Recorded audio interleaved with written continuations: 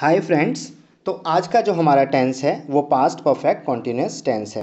Past perfect continuous tense जो है past tense का चौथे नंबर का और लास्ट नंबर का टेंस है। तो बहुत ही आसान तरीके से हम इस टेंस को आज समझने की कोशिश करेंगे एग्जाम्पल के साथ। तो आइए शुरू करते हैं। तो जैसा कि हम प्रेजेंट टेंस कंप्लीट कर चुके हैं, तो आज ही हमारा पास्ट का लास्ट टेंस है। तो पास्ट में सबसे पहला टेंस हमारा इंडेफिनिट, कॉन्टिन्यूस और परफेक्ट था, और ये tense past perfect continuous tense है। जैसा कि फ्रेंड्स आपको इसके नाम से ही पता चल रहा है कि परफेक्ट और कॉन्टिन्यूस है। परफेक्ट कॉन्टिन्यूस की एक खासियत होती है कि इसमें टाइम का मेंशन होता है। कोई भी एक्शन जो हो रहा होता है या सब्जेक्ट किसी एक्शन को कर रहा होता है, वो एक्शन एक पर्टिकुलर टाइम से हो रहा होता है। तो जहाँ पर भी टाइम आ जाता है और एक्शन कोई एक टाइम से हो रहा होता है, तो वो परफेक्ट कॉन्टिन्यूस टेंस कहलाता है। इसको हम ऐसे भी समझ सकते हैं कि परफेक्ट का मतलब होता है, जैसे परफेक्ट का मतलब है कि काम पूरा हो चुका है, और कॉन्टिन्यूस का मतलब है काम अभी भी चल रहा है या जारी है। इसका मतलब ये है कि काफ़ी हद तक काम कंप्लीट हो चुका है लेकिन अभी भी काम चल रहा है। तो पास्ट की अगर हम बात कर रहे हैं तो यहाँ पे इसका मतलब हो जाएगा कि पास्ट में कोई काम किसी समय से चल रहा था। तो सबसे पहले हम इसकी पहचान देख लेते हैं। काम कर रहा था, कोई सब्जेक्ट काम कर रहा था या काम हो रहा था, लेकिन प्लस में समय आएगा कि यहाँ पर कोई काम किसी समय से हो रहा था, तभी वो परफेक्ट कॉन्टिन्यूस टेंस कहलाएगा। रूल इसका होता है subject plus had been, verb की फर्स्ट फॉर्म में आईएनजी और ऑब्जेक्ट। अब यहाँ पे देखिए हैड बीन आया है क्योंकि ये पास्ट टेंस है और पास्ट टेंस में हैड का इस्तेमाल किया जाता है। नेक्स्ट है हेल्पिंग वर्ब। यहाँ पर हैड बीन का इस्तेमाल किया जाता है, जैसा कि मैंने आपको पहले ही बताया। यूज़ यहाँ पर सब्जेक्ट या डूअर जो है वो काम को कर रहा था लेकिन किसी एक पर्टिकुलर समय से या किसी एक खास समय से, जिसका कि मेंशन सेंटेंस में किया जाएगा। तो मुझे उम्मीद है इतना आपको समझ में आया।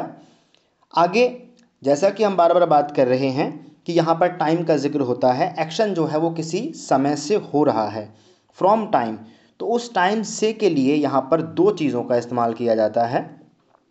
नंबर वन सिंस, और उसके बाद आता है फोर। अब सिंस का इस्तेमाल कहाँ किया जाता है और फोर का इस्तेमाल कहाँ किया जाता है, तो आइए डिटेल में हम इसको समझने की कोशिश करते हैं। सबसे पहले देखिए, जब भी पॉइंट ऑफ टाइम होता है, जब भी टेंस के अंदर पॉइंट ऑफ टाइम है, तो वहाँ पर हम सिंस का इस्तेमाल करते हैं। पॉइंट ऑफ टाइम का मतलब होता है एक एग्जैक्ट टाइम, यानी कि हमें एक एग्जैक्ट टाइम पता है। सपोज़ कीजिए ये एक पॉइंट ऑफ टाइम है, हमें पता चला है कि यहाँ से काम हो रहा है और ये आगे बढ़ता जा रहा है, लेकिन हमें इसकी बिगिनिंग पता है कि यहाँ पर्टिकुलर समय से काम हो रहा है।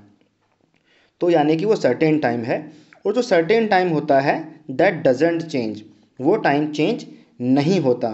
जैसे कि एग्जांपल से मैं आपको समझाता हूँ। सपोज़ कीजिए मैं कहता हूँ कि मैं दिल्ली में 2004 से रह रहा हूँ।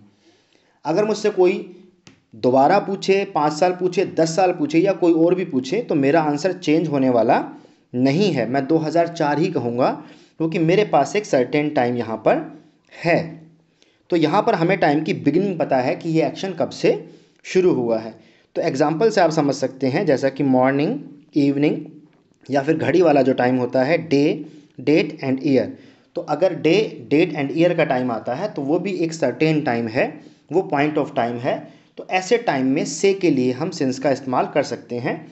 और डेट में कंप्लीट डेट भी आ सकती है, जैसे डे, डेट और ईयर भी आ सकता है। जैसा मैंने आपको एग्जांपल दिया कि मैं दिल्ली में 2004 से रह रहा हूँ, तो वो कंप्लीट डेट भी हो सकती है कि 15 जनवरी 2004 से रह रहा हूँ। So I have been living in Delhi 15 January 2004। तो यहाँ पर टाइम बदलने वाला नहीं है, सर्टेन टाइम है, तो वहाँ पे हम सिंस का इस्तेमाल करते हैं।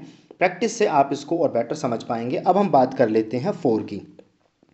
तो फ्रेंड्स, फोर का इस्तेमाल उस टाइम के लिए किया जाता है जहाँ पे टाइम सर्टेन नहीं है, हमारे पास अमाउंट ऑफ टाइम है, यानी कि हमारे पास पीरियड ऑफ टाइम है, हमारे पास एक क्वांटिटी ऑफ टाइम है कि इतना समय। लेकिन वो क्वांटिटी ऑफ टाइम जो है वो टाइम के अकॉर्डिंग चेंज होता है। तो पीरियड ऑफ टाइम को मैं आपको समझाता हूँ। जैसे कि सपोज़ कीजिए इतना समय, लेकिन कुछ समय बाद समय जब बीतेगा तो वो पीरियड बढ़ जाएगा और वो कीप ऑन चेंजिंग रहेगा, बढ़ता ही रहेगा। तो जैसे आप यहाँ पे देख रहे हैं, तो पीरियड ऑफ टाइम अब यहाँ पे ये कह रहा है कि इट चेंजेस। तो सपोज़ कीजिए जैसे मैंने अगर बोला कि मैं दिल्ली में 10 साल से रह रहा हूँ, लेकिन ये आंसर मेरा हमेशा रहने वाला नहीं है। दोबारा मुझसे 5 साल बाद कोई पूछेगा तो वो 15 साल, 20 साल, 25 साल ऐसे वो चेंज होता रहेगा। तो जो टाइम हर बार पूछने पे बदलने की जिसकी संभावनाएं होती हैं उसके लिए हम फॉर इस्तेमाल करते हैं। तो ये अमाउंट ऑफ टाइम है, फिक्स टाइम नहीं है। एग्जाम्पल देख लीजिए, 2 years, 1 hour, 3 days, 4 month, 6 weeks, 5 minutes, 2 seconds. तो ये एग्जाम्पल के लिए मैंने आपको समझाया। सपोज कीजिए आप कहते हैं कि मैं 2 घंटे से पढ़ रहा हूँ, I have been reading for 2 hours. तो ये टाइम चेंज होगा, 2 घंटे 3 घंटे होंगे, 4 घंटे होंगे, तो अमाउंट ऑफ टाइम चेंज होता है लेकिन सर्टेन टाइम चेंज नहीं होता। तो होप आपको ये अच्छे से समझ में आ गया है। अब आगे सब्जेक्ट एंड वर्ब की भी हम बात कर लेते हैं। अब देखिए, जैसा कि आपको पता है कि ये पास्ट टेंस है तो यहाँ पे हेल्पिंग वर्ब हैड इस्तेमाल होती है, और जितने भी हमारे ये सब्जेक्ट हैं, I, we, you, they, plural, he, she, it और सिंगुलर, यानी कि जितने भी सब्जेक्ट हैं सभी के साथ सिर्फ और सिर्फ हैड का ही इस्तेमाल किया जाएगा। प्रेजेंट टेंस में हैव और हैज़ का इस्तेमाल किया जाता है, लेकिन पास्ट टेंस में सिर्फ हैड का इस्तेमाल किया जाता है। तो इसमें कोई भी कन्फ्यूज़न नहीं होना चाहिए। आइए आगे। अब एग्जाम्पल से हमारी अंडरस्टैंडिंग थोड़ी सी और बेटर हो जाती है, क्योंकि फाइनली हमको लैंग्वेज में अपने सेंटेंस ही इस्तेमाल करने हैं और एग्जाम्पल्स ही बोलने हैं। तो एग्जाम्पल से प्रैक्टिकली वो हमको थोड़ा सा बेटर समझ में आ जाएगा। सबसे पहला सेंटेंस देखिए, आई had bin dancing since morning. इसका मतलब हुआ मैं सुबह से डांस कर रहा था। और सेकंड सेंटेंस हो जाएगा, he had been sleeping for 2 hours. वो 2 घंटे से सो रहा था। अब देखिए, जैसे ही यहाँ पे सर्टेन टाइम आया मॉर्निंग, मॉर्निंग तो चेंज होने वाला नहीं है कि वो सुबह से डांस कर रहा था, तो वो सुबह से ही डांस कर रहा था। वो हमारे पास एक बिगिनिंग हमें पता है कि मॉर्निंग में उसके एक्शन की बिगिनिंग हुई थी।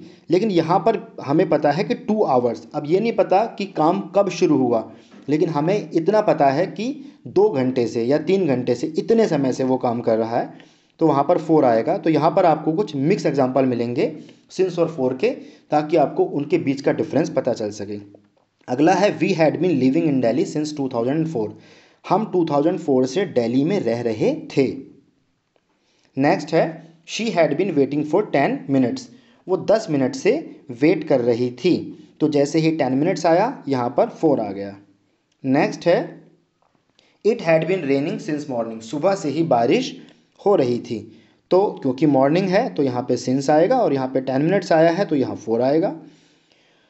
नेक्स्ट देखिए, they had been preparing for exam since January. अब जनवरी क्योंकि एक सर्टेन टाइम है, जनवरी चेंज नहीं होगा, तो यहाँ पर सिंस आएगा। और अगर बोला जाता है कि वो 6 महीने से, फॉर 6 महीने से वो तैयारी कर रहा था, तो यहाँ पे होता they had been preparing for exam for 6 month. तो अब आगे हम इस सेंटेंस स्ट्रक्चर में और बेटर तरीके से समझ लेते हैं। सेंटेंस स्ट्रक्चर का मतलब होता है जब हम अफर्मेटिव से नेगेटिव, इंटरोगेटिव, इंटरोगेटिव नेगेटिव और WH फैमिली जैसे कि व्हाट, वेयर, हाउ, इन जैसे वर्ड से जब हम इंटरोगेटिव सेंटेंस बनाते हैं या क्वेश्चंस बनाते हैं, तो उनको स्ट्रक्चर ऑफ सेंटेंसेस में हम रख लेते हैं। तो जितने भी सब्जेक्ट हैं, I, we, you, they, plural, he, she, it, singular, सभी के साथ हैड का इस्तेमाल किया जाएगा। और यहाँ से कुछ 1-2 एग्जाम्पल लिख के मैं आपको सेंटेंस बना के बता देता हूँ। सबसे पहले है, I had been reading since morning. मैं सुबह से पढ़ रहा था। I hadn't been reading since morning. मैं सुबह से नहीं पढ़ रहा था। Had I been reading since morning. मैं सुबह से पढ़ रहा था। जैसे ही आपका इंटरोगेटिव सेंस आएगी तो हेल्पिंग वर्ब पहले आ जाएगी और सब्जेक्ट उसके बाद आएगा। नेक्स्ट है, hadn't I been reading since morning. क्या मैं सुबह से नहीं पढ़ रहा था, interrogative negative. What had I been reading since morning. मैं सुबह से क्या पढ़ रहा था, WH फैमिली से बनने वाला interrogative. What hadn't I been reading since morning. मैं सुबह से क्या नहीं पढ़ रहा था, WH फैमिली से बनने वाला इंटरोगेटिव नेगेटिव। और ये जो हम हैडंट लगा रहे हैं, ये हैड नॉट की शॉर्ट फॉर्म है। अब नेक्स्ट सब्जेक्ट, जैसे कि मैंने आई लिया तो उससे अगला सब्जेक्ट मैं शी ले लेता हूँ। She had been waiting for 2 hours. तो शी के साथ भी हैड ही आएगा, क्योंकि यहाँ पर सिर्फ हैड आना है। वो 2 घंटे से वेट कर रही थी। She hadn't been waiting for 2 hours. वो 2 घंटे से वेट नहीं कर रही थी। Had she been waiting for 2 hours. क्या वह 2 घंटे से वेट कर रही थी। Hadn't she been waiting for 2 hours. वह 2 घंटे से क्या नहीं वेट कर रही थी, या क्या वह 2 घंटे से वेट नहीं कर रही थी। नेक्स्ट WH फैमिली से बनने वाला क्वेश्चन है, why had she been waiting for 2 hours. वो 2 घंटे से वेट क्यों कर रही थी। और लास्ट में बनेगा, why hadn't she been waiting for 2 hours. इसका मतलब हो जाएगा वह 2 घंटे से वेट क्यों नहीं कर रही थी। अब यहाँ पे आप एक चीज़ नोट कीजिए कि मैंने 2 एग्जाम्पल दिए हैं, एक यहाँ पे सिंस है और एक फॉर है। तो आई से जो मैंने सेंटेंस स्ट्रक्चर बनाया है उसमें हमने क्योंकि सर्टेन टाइम लिया है तो सब जगह यहाँ पे सिंस आ रहा है, और दूसरा जो एग्जांपल हमने लिया है ताकि हम सिंस और फॉर के डिफरेंस को और बेटर समझ सकें, तो यहाँ पे 2 आवर्स आया है और ये एक सर्टेन टाइम नहीं है, ये पीरियड ऑफ टाइम है which keeps on changing.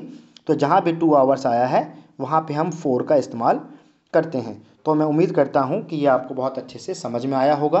Present tense हम ऑलरेडी फिनिश कर चुके हैं, पास्ट टेंस का हमारा ये लास्ट टेंस था तो ये भी फिनिश हो चुका है।